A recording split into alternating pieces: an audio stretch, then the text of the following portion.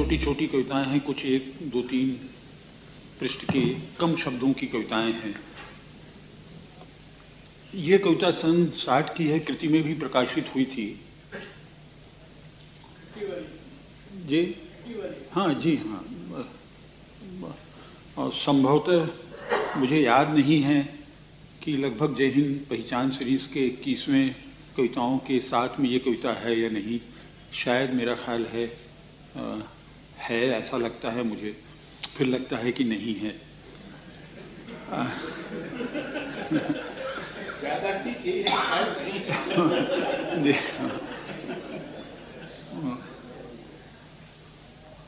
बाजार की सड़क, व्यस्त आदमी, उसके दोनों हाथों गंदा झोला, कहीं फटा, एक खाली और दूसरा भरा, जिसके अंदर आलू भाजी, नमक की पुड़िया और मिर्चा लाल या हरा।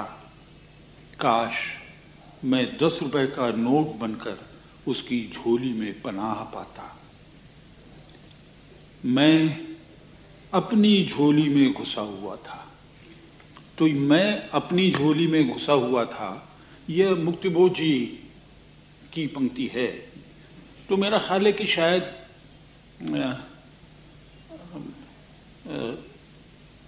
कविता की कोई अगर कहीं राह जैसी उनकी दृष्टि में दिखती होगी, तो इस तरह से रख करके शायद उन्होंने, मेरा ख्याल है कि कुछ दिशा सूचक जैसा कुछ या माइलस्टोन जैसा कोई एक, कि इस तरफ जाना है या पता नहीं क्या है। तो ये पंक्तियाँ मुक्तिबोध जी की रहती हैं। अभी भी लिखने में कहीं न कहीं से वो इस तरह की कोई पंक्ति जो आती है तो मुझको लगता है कि ये मुक्तिबोध जी के द्वारा दी हुई पंक्ति है। ये कविता है उसी समय की। मेरे पास लोहे का एक खाली पिंजड़ा है, पुराना और जंग लगा। उस खाली पिंजड़े में मेरी जेब का खालीपन ही शायद पालतू है। काश मेरी जेब का खालीपन बुलबुल या तोता होता या कोई मैना होती, तो मैं उसे रटा पाता। दूध रोटी इस तरह बेकार तो नहीं रहता।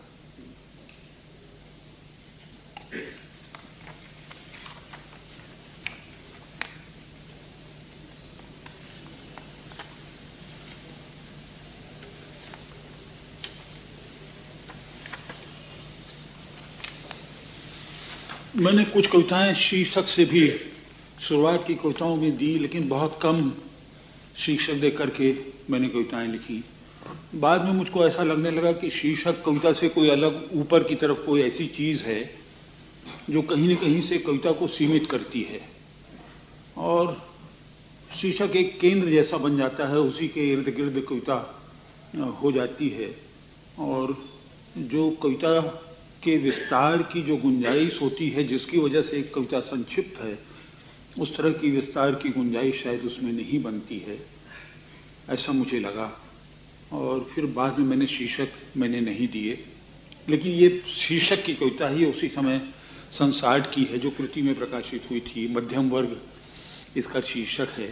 एक छोटा कमरा जिसमें तस्वीरें सजाने के लिए कई खीले ठुके हैं, पर तस्वीरें तो कुछ भी नहीं। हाथ जहाँ तक आसानी से पहुँचते हैं, उन खीलों तक उतरे कपड़े सलीके से टंगते हैं, ताकि दूसरे दिनों उन्हें फिर से पहना जा सके।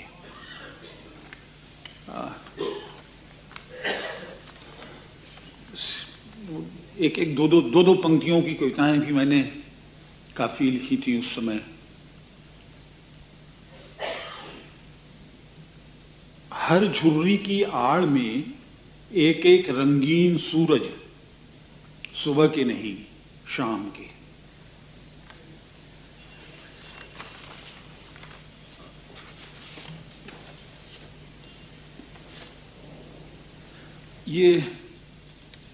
ये सब 59-60 की कविताएं हैं जो कृति में प्रकाशित हुई थी। अब कुछ बाद की कविताएं। इसकी शुरुआत की से होती है। की से मतलब ये कि कविता इस तरह से मुझे लगता है कि चीज़ों को नहीं समेटती कि जैसे वो शुरू से समेट रही है, और कविता इस तरह से अंत भी नहीं होती कि उसने सब कुछ समेट लिया है। तो आगे भी गुंजाइश और अंत में भी गुंजाइश। कविता का कभी अंत तो होता नहीं। तो मैंने इस कविता को की से शुरू किया है और ज़्यादा स्पष्ट करने के लिए। वैसे जहाँ की जैसे वाक्यों को जोड़ने वाले जो संदर्भ भी बनते हैं, जो अर्थ को भी जो जोड़ते हैं, वो बात की कविताओं में वैसे नहीं है, लेकिन तब भी सभी कविताओं में तो ये होता है ये कि नहीं होने को टकटकी बांध कर देखता हूँ, आकाश में चंद्रमा देखने के लिए चंद्रमा के नहीं होने को। कब से नहीं होने को, कब से टकटकी बांध कर, चले जाने के इस शून्य से कभी लौट कर आ जाने के तब तक के उस शून्य को, साथ न होने के इस सत्य से साथ हो जाने की उस कल्पना तक, उसके दिख जाने के खोए को टकटकी बांध कर ढूंढता हूं कि मेरे इस एक टक के पिंजड़े में उसका नहीं दिखना पंख फड़फड़ाता है और पिंजड़े से निकलकर उड़ता हुआ उसी तरफ जाता है जिस तरफ उसका दिखना उड़ता हुआ ओझल होता है।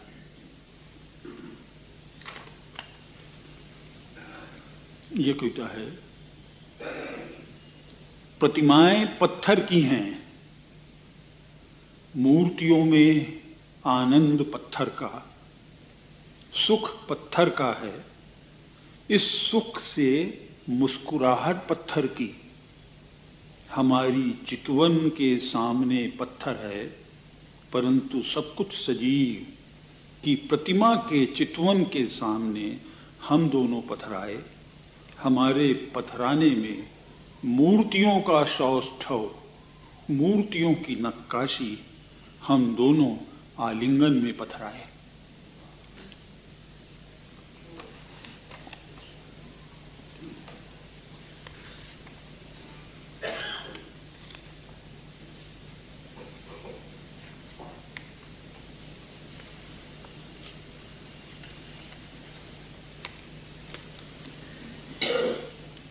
ये लगभग जहीन में है। अशोक जी ने थोड़ा सा जिक्र किया था।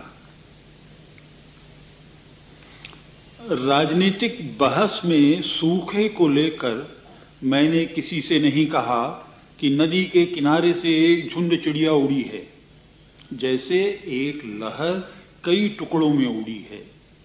लेकिन पड़ोसी कुर्सी पर ऊँघते हुए लोगों के बीच बैठी हुई किसी चिड़िया को दिखलाकर मैंने हल्ला मचाया कि टेबल पर लहर का टुकड़ा है।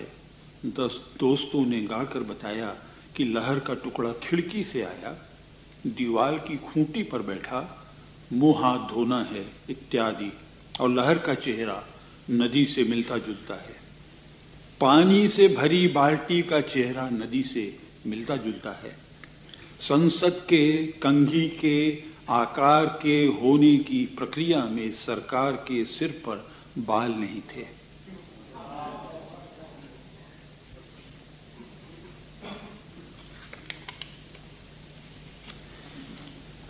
आदिवासियों पर मैंने बहुत कविता लिखी है।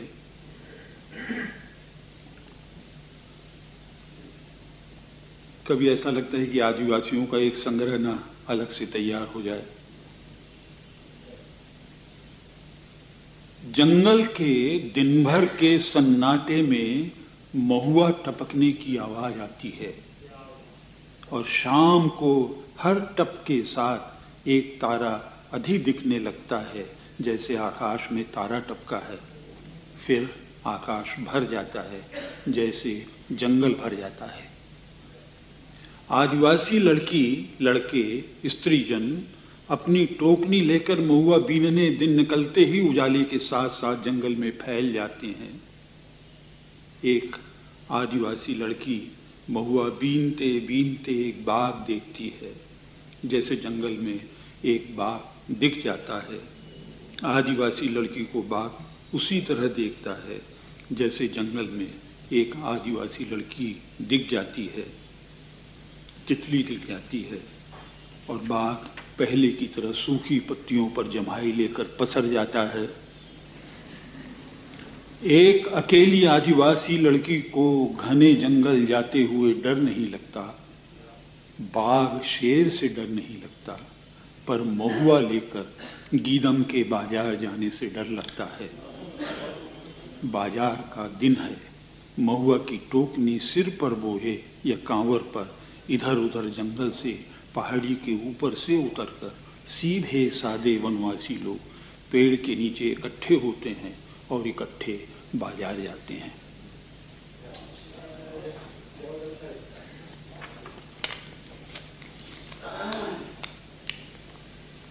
ये एक प्रेम कविता है। पानी को पानी की गठरी में बांध दिया, कपड़े को कपड़े की गठरी में। पानी की गठरी है तालाब, कमल गठाने हैं। खिले खुले अधखुले कमल से अपने अपने में बहता पानी, अपने तुकने अपने अपने में बहता पानी, अपने तुपने में फिर तुपने में बहता। जल की बड़ी बूंद तालाब, जल को पानी की गठरी में बांध दिया। उससे यही मिलने का निश्चय, उससे यही मिलने के निश्चय को यही मिलने के निश्चय में बांध दिया।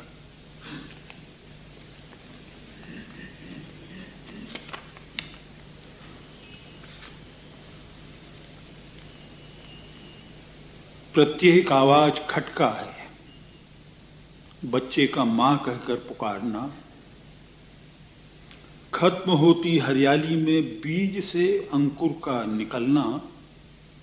खाली मुट्ठी में बंद हवा का छूट कर जमीन पर गिरना खटका है।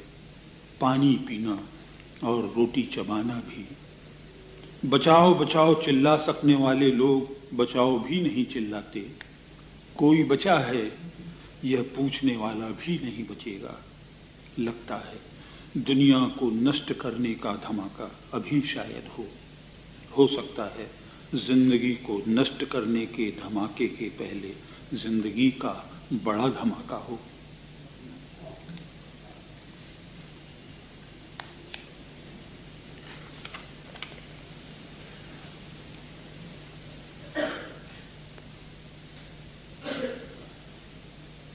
प्रकृति में मैं शहरी आदमी अजीब तरीके से खोया।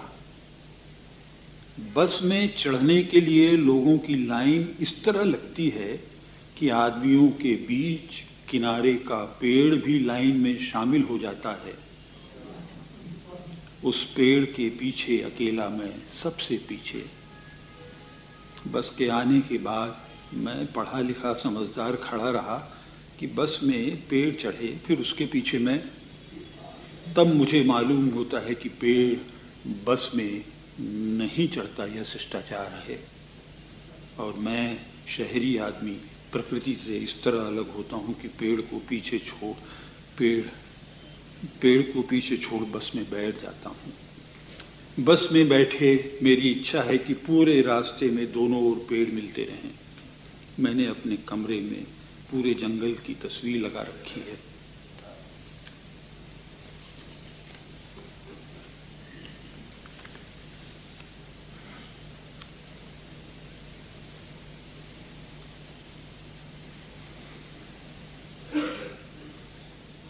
वह आदमी नया गरम कोट पहनकर चला गया विचार की तरह। रबड़ की चप्पल पहनकर मैं पिछड़ गया।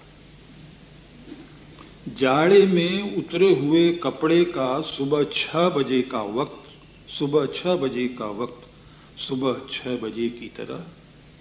पेड़ के नीचे आदमी था, कोहरे में आदमी के धब्बे के अंदर वह आदमी था। पेड़ का धब्बा बिल्कुल पेड़ की तरह था। दाहिने रद्दी नस्ल के घोड़े का धब्बा रद्दी नस्ल के घोड़े की तरह था। घोड़ा भूखा था तो उसके लिए कोहरा हवा में घास की तरह उगा था। और कई मकान, कई पेड़, कई सड़कें इत्यादि। कोई घोड़ा नहीं था, अकेला एक घोड़ा था। मैं घोड़ा नहीं था, लेकिन हाँफते हुए मेरी सांस हूबहू कोहरे की नस्ल की थी। यदि एक ही जगह पेड़ के नीचे खड़ा हुआ वह मालिक आदमी था तो उसके लिए मैं दौड़ता हुआ जूते पहने हुए था जिसमें घोड़ी की तरह नाल ठुकी थी।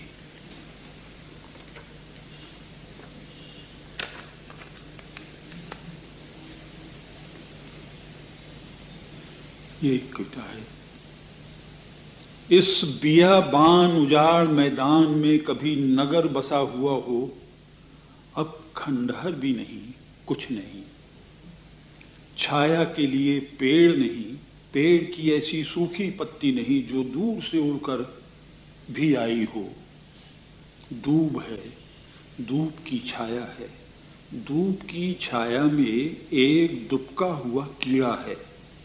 यह एक ऐसा ऐतिहासिक स्थान है जहां किसी खंडित मूर्ति के माथे के बल का एक रेत कण किसी कीड़े के घर रखा हुआ हो सकता है, तो दूसरे कीड़े के घर विशाल प्रस्तर स्तंभ का एक रेत कण, चूर चूर हुए मंदिर की एक चुटकी ढेरी, मृतदेह की धूल पर हमारी कल खाई हुई रोटी का अवशेष।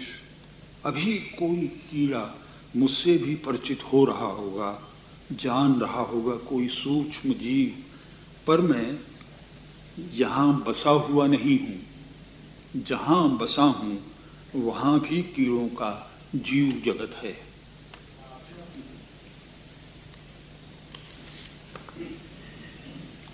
मुझे बतला दीजिए। ये बहुत पहले की कविता है। आरंभ नरेश सक्सेना जो निकालते थे उसमें प्रकाशित हुई थी। लड़की की इच्छा है नदी बहुत बड़ी होती है। नदी का एक बूंद पानी, बूंद भर नदी, बूंद भर गहरी, बूंद भर बही। लेकिन लड़की कहती है तालाब भी बहुत बड़ा होता है। तालाब का एक बूंद पानी, बूंद भर तालाब, बूंद भर गहरा हो गया, बूंद भर ठहरा हो गया। लड़की की बहुत छोटी इच्छा है, कितनी छोटी वो लड़की नहीं जानती।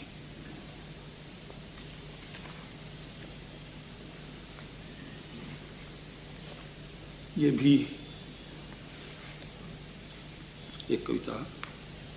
हाथ बढ़ाकर मैं भी उसे स्पर्श करता हूँ, जब मैंने पत्थर को पत्थर के स्पर्श में देखा। पत्थर का होना शाश्वत होना है, उसने कहा। क्या मेरा स्पर्श भी पत्थर का हो? मेरा पत्थर का हाथ उसके पत्थर के गालों को स्पर्श करे? हम दोनों शाश्वत होने से बच गए। मैं भी चकित नहीं हूँ और वह भी कि हम दोनों शाश्वत होने से बच गए। पत्थर का होना शाश्वत होना है कि खंडहर का एक टुकड़ा, पत्थर का होना शाश्वत होना है कि वाक्य का टुकड़ा है। एक टुकड़ा होना, एक टुकड़ा है, एक टुकड़ा शाश्वत का स्व खंडहर में दबा पड़ा हुआ है।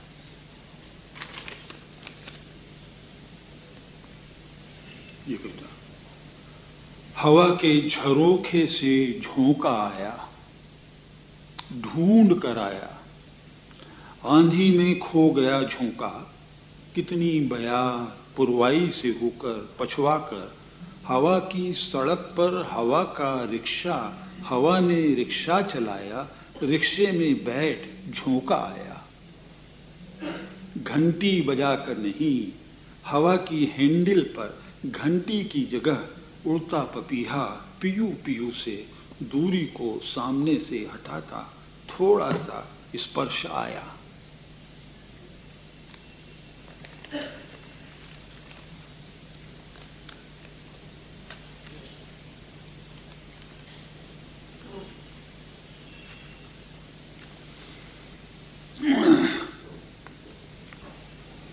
मानुष मैं ही हूं इस एकांत घाटी में, यहां मैं मनुष्य की आदिम अनुभूति में सांस लेता हूं। ढूंढ कर एक पत्थर उठाकर एक पत्थर युग का पत्थर उठाता हूं। कल कल बहती ठंडी नदी के जल को चुल्लू से पीकर पानी का प्राचीन स्वाद पाता हूं। मैं नदी के किनारे चलते चलते इतिहास को याद कर भूगोल की एक पगडंडी पाता हूं। संध्या की पहली तरिया केवल मैं देखता हूं। चारों तरफ प्रकृति और प्रकृति की ध्वनियां हैं। यदि मैंने कुछ कहा तो अपनी भाषा नहीं कहूंगा, मनुष्य ध्वनि कहूंगा। अब ये कुछ इधर की कविताएं हैं जो किसी संग्रह में नहीं हैं। जीवन को मैंने पाया, इसे भूला नहीं और मरकर खोना भी नहीं चाहा, और मरकर खोना भी नहीं चाहा कि अच्छे से एक दिन रहूं, तब तक अमर रहूं। जिन्होंने शत्रुता निभाई मैं उनके साथ अमर रहूं कि एक दिन मित्रता निभाएंगे। अपनी मित्रता बढ़ाकर संसार भर को मित्र बना लूं, तब तक अमर रहूं। तमाम दुखों के साथ अमर रहूं कि एक दिन आएगा जब कोई दुखी नहीं होगा और उनमें एक मैं रहूंगा।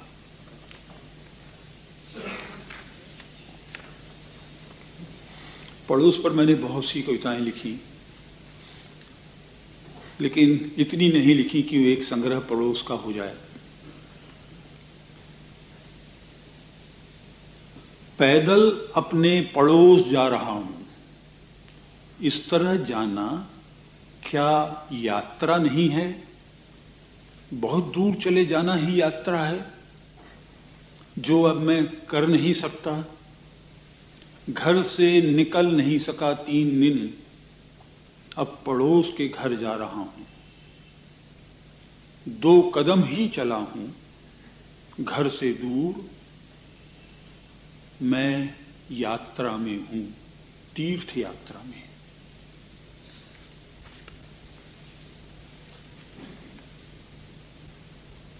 यहां सभी पड़ोसी थे, सभी लोग जो रह रहे थे पड़ोस में रह रहे थे।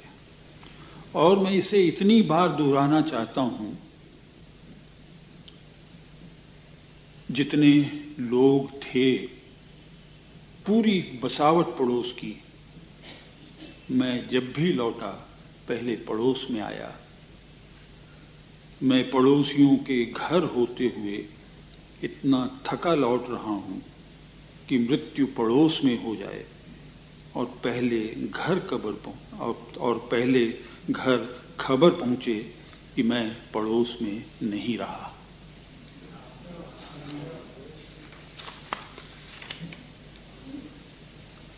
बहुत रह लिया मैं घर में, थक गया। अब पड़ोस में रहकर सुस्ताऊंगा किसी बहुत दूर के पड़ोस में। बहुत दूर के पड़ोस में पत्नी, बेटा, बेटी आए। बेटी के साथ उसकी 3 बेटियां। 10 दिन की नातिन को कुछ देर गोद में ले सकूं और 4 साल की नातिन के साथ दिन भर खेलता रहूं। पड़ोस में पूरा घर रहने लगे।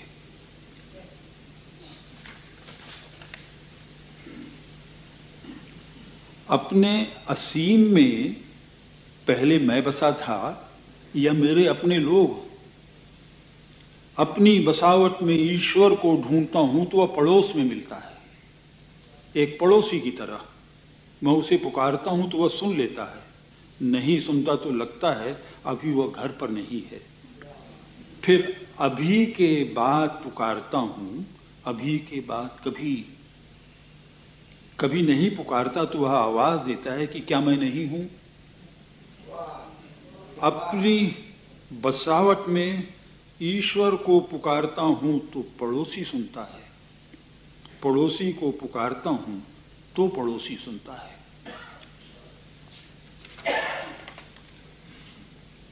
ये कुछ कविताएं मैंने छत्तीसगढ़ी शब्दों के साथ में जोड़ करके मैंने लिखा। अशोक जी भी पूछ रहे थे।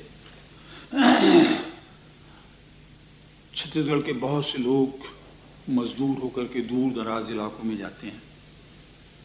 लौट कर एक जन आया, इसे दोहराता हूं, लौट कर एक जन आईस। बिलासपुर से गेरहीन बाकी झन माई पिला समेत मार डाले गए, कमाने गए थे जम्मू कश्मीर।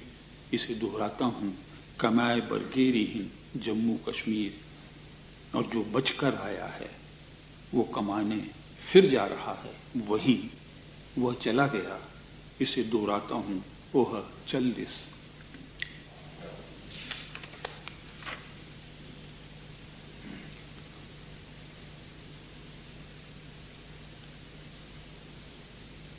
ये छत्तीसगढ़ में रांची में एक जगह है, वहां एक मंदिर है। राजिम का यह 8वीं शताब्दी का मंदिर। गर्भगृह में विष्णु हैं, पट बंद है, मंडप में गरुण हैं। विष्णु कहीं जाएंगे कि यह विष्णु की सतत मूर्ति है और इसलिए गरुण सतत पत्थर। पट खुलता है तब भी विष्णु कहीं नहीं जाएंगे कि यह विष्णु मूर्ति, और इसलिए गरुण पत्थर, उनके खुले हुए फड़फड़ाए पंख भी पत्थर।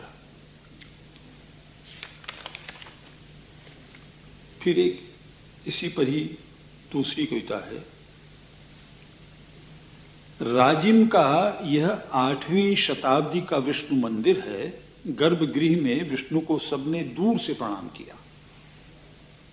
मंदिर के मंडप में दुर्गा की मूर्ति है, कठोर पत्थर की, अत्यंत सुंदर, अंदर से कोमल हो संभवतः। सबने दुर्गा की प्रतिमा का चरण स्पर्श किया, कुछ ने माथा टेका। मैंने देखा प्रतिमा के पैरों की उंगलियां माथा टेकने और चरण स्पर्श से घिसकर चिकनी और सपाट हो चुकी हैं।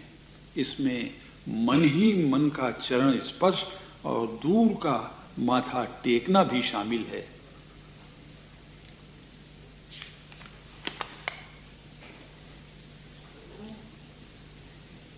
गेंद का पड़ोस आकाश की तरफ उछाल।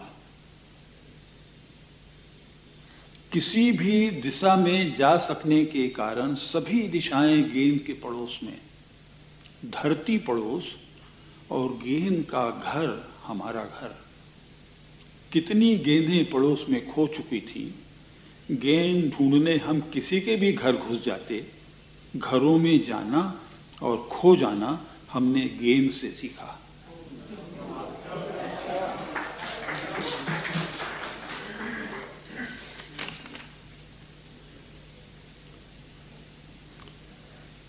चार पेड़ के एक दूसरे के पड़ोस की अमराई। पेड़ों में घोंसले के पड़ोस में घोंसले। सुबह सुबह पक्षी चहचहा रहे हैं, यह पड़ोसियों का सहगान है। सरिया सोहर की गौनई। पक्षी पड़ोसी के साथ झुंड में उड़े, परंतु मेरी नींद एक पड़ोसी के नवजात शिशु के रुदन से खुली। यह नवजात भी दिन। सूर्य दिन को गोद में लिए है, सूर्य से मैंने दिन को गोद में ले लिया।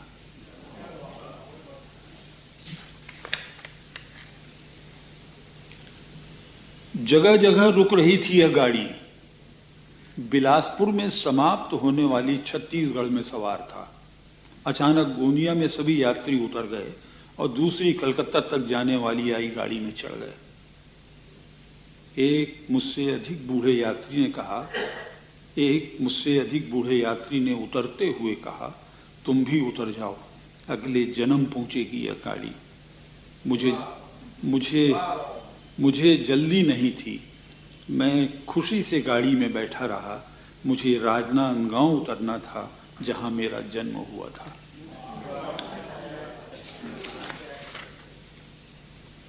कोई अधूरा पूरा नहीं होता और एक नया शुरू होकर नया अधूरा छूट जाता।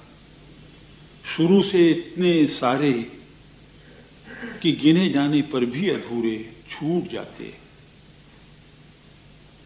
परंतु इस असमाप्त अधूरे से भरे जीवन को पूरा माना जाए।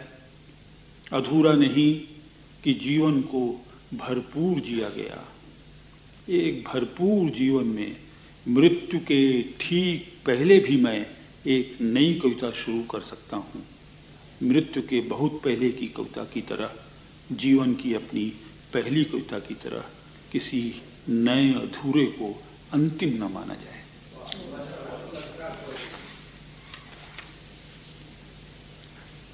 लोगों और जगहों में मैं छूटता रहा, कभी थोड़ा कभी बहुत, और छूटा रहकर रहा आता रहा। मैं हृदय में जैसे अपनी ही जेब में एक इकाई सा मनुष्य झुकने से जैसे जेब से सिक्का गिर जाता है, हृदय से मनुष्यता भी गिर जाती है। सिर उठाकर मैं बहुजातीय नहीं, सब जातीय नहीं, बहुसंख्यक नहीं, एक संख्यक होकर एक मनुष्य खर्च होना चाहता हूं, एक मुश्त। ये कविता छत्तीसगढ़ पर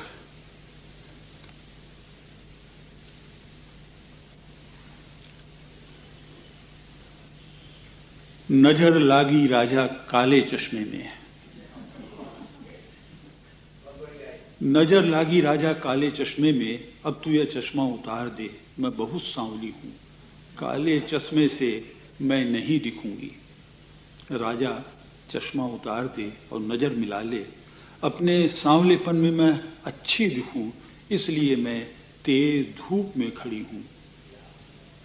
काले चश्मे की बदली ने तुम्हारी आंखों को और मुझे और सांवला ढांक दिया है। काला चश्मा उतार कर मुझे पूरा उघार दे और मुझे नजर लगा दे। सचमुच तू यह चश्मा उतार दे, मैं बहुत सांवली अंधेरी रात में तुमसे मिलना चाहती हूँ। तेरे काले चश्मे से पूर्णिमा का गोरा चंद्रमा भी नहीं दिखता होगा। धूप का चश्मा लगाने वाले, चश्मा उतार दे, रात में कहीं धूप होती है। मुझे और धूप को देखे हुए तुम्हें बहुत दिन हो गए। मैं बहुत सांवली हूँ। काला चश्मा उतार कर केवल मुझे देखोगे तो लगेगा तुमने काला चश्मा नहीं उतारा। राजा, प्रेम का संसार बुझ गया। मेरी छाती चकमक पत्थर की तरह कठोर और गोल है। तुम्हारे हाथ भी चकमक पत्थर की तरह कठोर हैं। हाथों के आघात से जो चिंगारी पैदा होगी, उसी की यह बुझता संसार प्रतीक्षा कर रहा है कि जल उठे और प्रेम की अग्नि को पा सके। परंतु राजा, मैंने तुम्हारे हृदय को पत्थर नहीं कहा। राजा, तुम्हारा काला चश्मा मैं क्यों चुराऊंगी? क्या तुम इसे पहने पहने सो रहे हो? कई रातों की जागी तुम में जो मेरा मन बसा है, तुम तक मुझे बुलाता है। चलते चलते तुम्हारी दूरी से थकी, एक दिन तुम्हारे बिछौने पर तुम्हारे साथ सो जाऊंगी। तुम चश्मा पहने सो रहे होगे और मैं तुमको चश्मा से ही चुरा लूंगी। राजा, तेरे काले चश्मे में मेरी नजर लगी है। अपनी अनदेखी देह का क्या करूं? मैं कैसे उजागर हूं कि केवल तुम मुझे देख सको। या तो चश्मा उतार कर फेंक दो, धूप में खड़ी मैं कोयला तुम्हारी देह की हवा को छू लेने से चिंगारी पर चंगार होकर दहक गई हूं। देखो सूर्य बुझ गया है और मैं सुलग रही हूं। चश्मा मत उतारो, जो गर्मी है वह मेरा ताप है। तुम अब चश्मा मत उतारना। मेरे ताप में बहुत तेज धूप, जैसे तुम्हारी धूप में मेरी धूप निकली है। राजा, काले चश्मे में मेरी नजर लगी है, पर तुम्हारी धूप और ताप को मैं नहीं सह पाऊंगी। तुम काला चश्मा मुझे दे दो, मैं श्रृंगार करूंगी। हंसली, पैरी, मुंदरी पहनूंगी, स्नो पाउडर लगाऊंगी, कीमती गहने की तरह काला चश्मा पहनकर तुमको रिहा लूंगी। तुम मेरे लिए मड़ई मेले से काला चश्मा खरीद देना। हम दोनों काला चश्मा लगाए मेला घूमेंगे, फोटो खिंचवाएंगे। पर्दे के हवाई जहाज जो पीछे टंगा हुआ है, दोनों काला चश्मा लगाए सूरज तक उड़ेंगे। यहां कुछ नहीं छपा है। ये कविता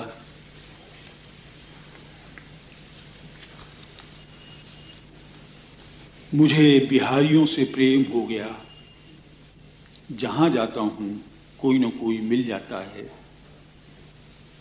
उनकी बोली से पहचान कर यही लगता कि जिससे पिछली बार मिले थे उससे ही मिल रहे हैं। इस तरह अनेकों बार जितनों से मिले उसी से बार बार मिले जैसा होता। यद्यपि दोबारा कभी नहीं मिलते, पर विदा होते समय फिर मिलेंगे जैसी औपचारिक आशा हमेशा किसी दूसरे बिहारी के मिलने से पूरी होती। बिहार के बाहर एक बिहारी मुझे पूरा बिहार लगता। जब कोई पत्नी और बच्चे के साथ दिख जाता तो खुशी से मैं उसे देशवासियों कहकर संबोधित करता, परंतु यह महाराष्ट्रीय घटना है कि कमाने खाने के लिए जहाँ बसे हैं वहाँ से भगाए जाने पर अपनी बोली भाषा को गूंगे की तरह छुपाए कि जान बचाना है, बचाओ किस भाषा में चिल्लाना है। एक भाषा में बचाओ दूसरे प्रदेश की भाषा में जान से मारे जाने का कारण बन जाता हो। पकड़े गए जन्म से गूंगे का न भूल पाना उसका जबान न खोलना बन जाता हो, और भीड़ को तब तक उसे पीटना है जब तक उसकी बोली का पता न चले। तब बोली भाषा के झगड़े में एक गूंगे का मरना भी निश्चित है। ऐसे में भाग रहे के लिए भागते भागते देश की सीमा की घेराबंदी, कहाँ जाएं जैसे बंदी, अंत में क्या बिहार में बंदी। उत्तर प्रदेश में प्रांत नहीं कैद खाने हैं, जिस पर नया राज्य जब बनता तो देश के स्वतंत्र होने जैसी खुशी लोगों को वहाँ होती। नागरिकों, देशवासियों को कहकर किसे पुकारूं, वह कौन है और कहाँ रहता है। इस कहीं नहीं रहने में मैं भी, कहीं नहीं रहने का न तो कोई मोहल्ला है और न कोई पता। मेरा स्थायी पता मुझसे खो गया है। मेरा पता कमाने खाने के लिए भागते एक एक लोगों के पीछे चला गया, जिनमें जमाने भर के छत्तीसगढ़िया भी शामिल हैं। जहाँ रहते हुए पीढ़ियाँ बीती वह छत्तीसगढ़ मध्य प्रदेश का छत्तीसगढ़ था। नए बने छत्तीसगढ़ राज्य में जैसे बाहरी हो गया। यहीं रह आने का मेरा पुश्तैनी घर कहाँ चला गया। अपने घर का पता पूछने पड़ोस के दरवाजे को खटखटाता हूँ। ये कुछ आदिवासियों पर लिखी हाल फिलहाल की कविताएं हैं। सभी नहीं, थोड़ी सी हैं ये। रातों में भी जंगल में जानवरों की आहट अब नहीं होती, आदमी की आहट होती है। जंगल से जानवर चले गए, वहाँ से जानवर होने का जानवरों के नाम पर एक जंगली खरगोश भी नहीं दिखेगा। आहट होते ही वहाँ टॉर्च की तेज रोशनी पड़ जाए तो खरगोश के बदले एक आदिवासी नग्न बच्चा दिखेगा। जैसे जान बचाने प्रायः खरगोश गायब होता है, वह भी गायब हो जाएगा। एक नील गाय भी नहीं दिखेगी, बदले में हो सकता है पीठ पर बच्चा बांधे एक आदिवासी औरत दिख जाए। वह भी भागकर ऐसे अदृश्य होगी जैसे नहीं दिखी और उम्मीद में कभी नहीं दिखेगी। गहरी रात होते होते इतना सन्नाटा हो जाएगा कि तारे कि तारे अपने दिख जाने के डर से एक भी नहीं दिखेंगे। हो सकता है अंधेरे घने जंगल में अंदर कुछ दूर जानवरों की चमकती आंखें दिखें, तो उन्हें गांव छोड़कर भागे हुए आदिवासी समझना, जो थक कर बीड़ी पीते हुए सुस्ता रहे होंगे। खड़खड़ की धीमी आवाज वहां सुनाई देगी जहां बाहरी कोई नहीं पहुंच सकता। लगेगा गौर जंगली भैंसों का झुंड है, पर वे उनके सींग लगाए आदिवासी होंगे, चुपचाप नाचते रहने के लिए इकट्ठे हो रहे होंगे। खड़खड़ की आवाज वेशभूषा की होगी। जब वे नाचेंगे तो पैरों से दबकर पत्तों के चरमराने की आवाज भी नहीं होगी। हो सकता है 10-20 लड़के और लड़कियों का झुंड जोड़ों में भागता हुआ दिख जाए, तो समझना किसी सर्कस के सिखाए हाथी ने बस्तर के घोटलों को नष्ट करना शुरू कर दिया है। उस हाथी को जंगल का हाथी मत समझना। चाहो तो लड़के और लड़कियों के झुंड को हिरन और हिरनियों का झुंड समझ लेना। ये कविता समझ होगी, देख लो।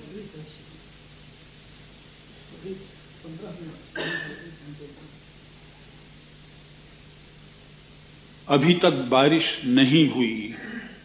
ओह, घर के सामने का पेड़ कट गया, कहीं यही कारण तो नहीं। बगुले झुंड में लौटते हुए संध्या के आकाश में बहुत दिनों से नहीं दिखे। एक बगुला भी नहीं दिखा। बचे हुए समीप के तालाब का थोड़ा सा जल भी सूख गया, यही कारण तो नहीं। जुलाई हो गई, पानी अभी तक नहीं गिरा। पिछली जुलाई में जंगल जितने बचे थे अब उतने नहीं बचे, यही कारण तो नहीं। आदिवासी, पेड़ तुम्हें छोड़कर नहीं गए और तुम भी जंगल छोड़कर खुद नहीं गए। शहर के फुटपाथों पर अधनंगे बच्चे परिवार के साथ जाते दिखे। अपना जंगल नहीं इस साल, कहीं यही कारण तो नहीं। इस साल का भी अंत हो गया, परंतु परिवार के झुंड में अब की बार छोटे छोटे बच्चे नहीं दिखे। कहीं यह आदिवासियों के अंत होने का सिलसिला तो नहीं।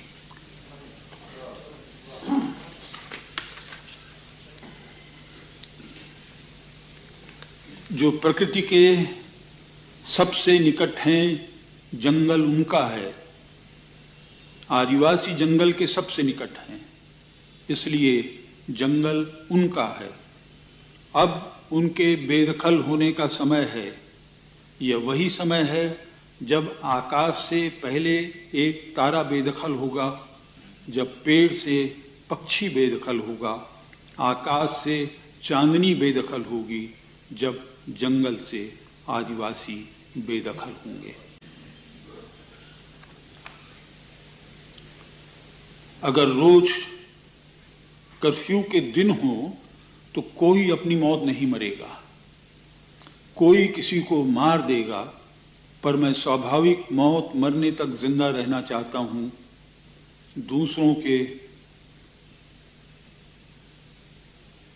मैं स्वाभाविक मौत मरने तक जिंदा रहना चाहता हूं, दूसरों के मारने तक नहीं, और रोज की तरह अपना शहर रोज घूमना चाहता हूं। ऐसी आदत है, और ऐसी आदत की कर्फ्यू के दिन भी किसी तरह दरवाजे खटखटा कर सबके हालचाल पूछूं। हो सकता है हत्यारे का दरवाजा भी खटखटाऊं। अगर वह हिंदू हुआ तो अपनी जान बचाने हिंदू कहकर न बचाऊं, मुसलमान कहूं। अगर मुसलमान हुआ तो अपनी जान मुसलमान कहकर न बचाऊं, हिंदू कहूं। हो सकता है इसके बाद भी मेरी जान बच जाए तो मैं दूसरों के मारने तक नहीं, अपने मरने तक जिंदा रहूं।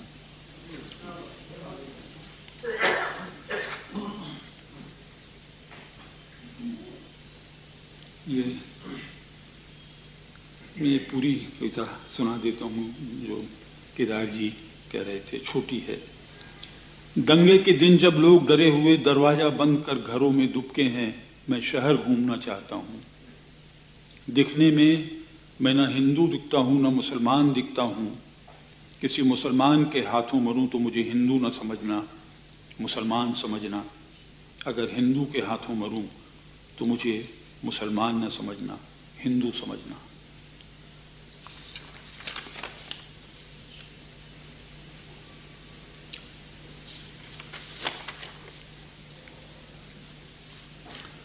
बोलने में कम से कम बोलूं, कभी बोलूं अधिकतम न बोलूं, इतना कम कि किसी दिन एक बार बार बोलूं, जैसे कोयल की बार बार की कूक फिर चुप। मेरे अधिकतम चुप को सब जान लें, जो कहा नहीं गया सब कह दिया गया का चुप। पहाड़, आकाश, सूर्य, चंद्रमा की बरस, एक छोटा सा टिमटिमाता मेरा भी शाश्वत छोटा सा चुप। गलत पर घात लगाकर हमला करने के सन्नाटे में मेरा एक चुप। चलने के पहले एक बंदूक का चुप, और बंदूक जो कभी नहीं चली, इतनी शांति का हमेशा की मेरी उम्मीद का चुप। बरगद के विशाल एकांत के नीचे संभाल कर रखा हुआ जलते दिए का चुप। भीड़ के हल्ले में कुचलने से बचा यह मेरा चुप। अपनों के जुलूस में बोलूं कि बोलने को संभाल कर रखूं का चुप।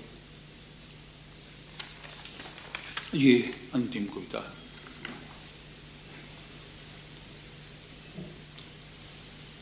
नींद आ रही है, आ ही जाएगी, ऐसे आ रही है, बहुत से डरावने सपनों से पीछा छुड़ाते छुपते छुपाते नींद आ रही है। इसी कोशिश में बाएं करवट से दाहिने होकर कभी सिहराना बदल पैर की तरफ से और सिर के नीचे हथेली रख नींद को गंभीरता से सोचता तो सिर के भार से हाथ दुखता है। हाथ हटाता हूँ तो सिर ढुलकने को होता, तब निश्चेष्ट मृतपाय बन अपने ऊपर खींचता कि तू नहीं तो मौत आ रही है। माथे से होकर पसीने की बूंद जो गर्दन पर उतरती है, रक्त की बूंद बहने का मुझे आभास देती है। पता नहीं दुनिया के किस कोने से आ रही है। बेचैनी में गहरी गहरी सांस लेता हूँ, सांसों में बसी नींद आ रही है। गहरी सांस लेने से क्या सांस जल्दी ख़त्म होती है? अपनी सांस का गुल्लक बना मैं रुक कर सांस लेता कि दम घुटता रहे, तो सांस गुल्लक में ज़्यादा दिन जमा रहे। मृत्यु सांस खत्म होने के बाद आती है तो आती रहे। अम्मा की थपकी देकर सुलाने की याद नहीं, उस याद नहीं की याद नींद की तरह आती है। जन्म के बाद की पहली नींद में नींद का स्वप्न होगा। सपनों के एल्बम से एक दिन की उम्र का स्वप्न देखना चाहता हूँ। अनहोनी सी नींद आ रही है, सचमुच जैसे झूठ मूठ बहलाने कि इतने दिनों बाद सो जाने से कल सुबह उठते ही दुनिया बदल कर बेहतर हो जाएगी। तभी सड़क पर मोटरसाइकिल के हॉर्न की आवाज़ केवल मुझे सुनाई दे निशाना कर मेरी छाती को चीर दीवार से जा टकराए। कुछ नींद मर गई, अधूरा मैं मर गया। यह कैसा हॉर्न! क्या नींद इतनी बेसुध आंख बंद किए सोई हुई आ रही थी या जागी हुई आ रही थी? रात बहुत हो गई, सड़क पर अभी तक भीड़ पर भीड़ बदल गई। सड़क पर अभी तक भीड़ पर भीड़ बदल गई। दिन की भीड़ दूसरी थी। अभी जो डरा हुआ आदमी दिख रहा है भला आदमी है, कल सड़क के किनारे उसकी लाश दिखेगी। डरे आदमियों की संख्या तब और बढ़ेगी। नींद कहाँ गई? भीड़ से निकल इधर कभी उधर अब पुरानी बस्ती की पतली गली के बदबूदार सन्नाटे से आ रही है। मेरे अंतर के सायरन की आवाज़ से डरकर चोरी चोरी आ रही है, जैसे अपराध कर रही है कि जागते हुए के पास क्यों आ रही है। दूर की जागते रहो की आवाज़ आती हुई नींद का पीछा कर रही। आगे की ओर बीती जिंदगी भी मेरे पीछे लगी कि भागो, बची जिंदगी मुझसे दूर चली कि रुको। पीछा करने वालों की ऐसी भीड़ बढ़ी कि पकड़ो। अंधेरी अंधेरी गलियों से भागते भागते अचानक रोशनी रोशनी से जगमगाती चौड़ी सड़क पर भारी ट्रकों गाड़ियों के बीच एक गरीब लड़की की तरह इज्जत बचाने भागती चिल्लाती नींद किसी कैद से छूटी मगर किसी चंगुल से बचकर नहीं लुट कर आ रही है। सब तरफ की पहरीदारी को नींद आ रही है। कई दिनों से जागने की थकावट में कितने जागते हुए लोगों से मुंह छुपाकर मुझ अकेले की तरह मुंह अंधेरे सुबह सुबह क्यों आ रही है। मुझे शर्म आ रही है कि मुझे नींद आ रही है।